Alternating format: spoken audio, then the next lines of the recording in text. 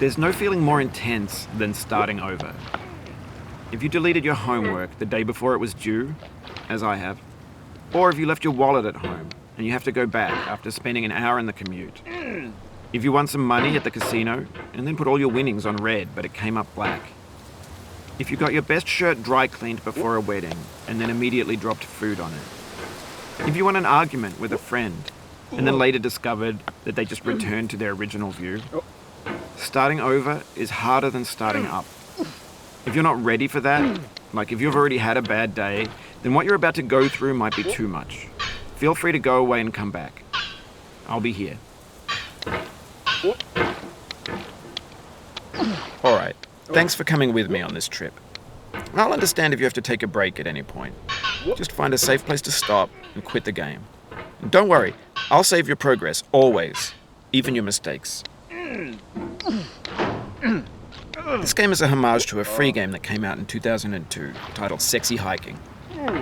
The author of that game was Jazzuo, a mysterious Czech designer who was known at the time as the father of B games. And B games are rough assemblages of found objects. Designers slap them together very quickly and freely, and they're often too rough and unfriendly to gain much of a following. They're built more for the joy of building them than as polished products. In a certain way, Sexy Hiking is the perfect embodiment of a B game. It's built almost entirely out of found and recycled parts, and it's one of the most unusual and unfriendly games of its time. In it, your task is simply to drag yourself up a mountain with a hammer. And that act of climbing, in the digital world or in real life, has certain essential properties that give the game its flavor. No amount of forward progress is guaranteed. Some cliffs are too sheer or too slippery. And the player is constantly, unremittingly in danger of falling and losing everything. Anyway, when you start Sexy Hiking, you're standing next to this dead tree that blocks the way to the entire rest of the game. It might take you an hour to get over that tree, and a lot of people never got past it. You prod and you poke at it, exploring the limits of your reach and your strength, trying to find a way up and over. And there's a sense of truth in that lack of compromise. Most obstacles in video game worlds are fake. You can be completely confident in your ability to get through them once you have the correct method or the correct equipment or just by spending enough time. In that sense, every pixelated obstacle in Sexy Hiking is real. The obstacles in Sexy Hiking are unyielding, and that makes the game uniquely frustrating. But I'm not sure Jazzuo intended to make a frustrating game. The frustration is just essential to the act of climbing, and it's authentic to the process of building a game about climbing. A funny thing happened to me as I was building this mountain. I'd have an idea for a new obstacle, and I'd build it, test it, and it would usually turn out to be unreasonably hard. But I couldn't bring myself to make it easier. It already felt like my inability to get past the new obstacle was my fault as a player rather than as a builder. Imaginary mountains build themselves from our efforts to climb them, and it's our repeated attempts to reach the summit that turns those mountains into something real. When you're building a video game world, you're building with ideas, and that can be like working with quickset cement. You mold your ideas into a certain shape that can be played with, and in the process of playing with them, they begin to harden and set until they're immutable, like rock. And at that point, you can't change the world. Not without breaking it into pieces and starting fresh with new ideas. For years now, people have been predicting that games would soon be made out of prefabricated objects, bought in a store and assembled into a world. And for the most part, that hasn't happened, because the objects in the stores are trash. I don't mean they look bad or that they're badly made, although a lot of them are. I mean they're trash in the way that food becomes trash as soon as you put it in the sink.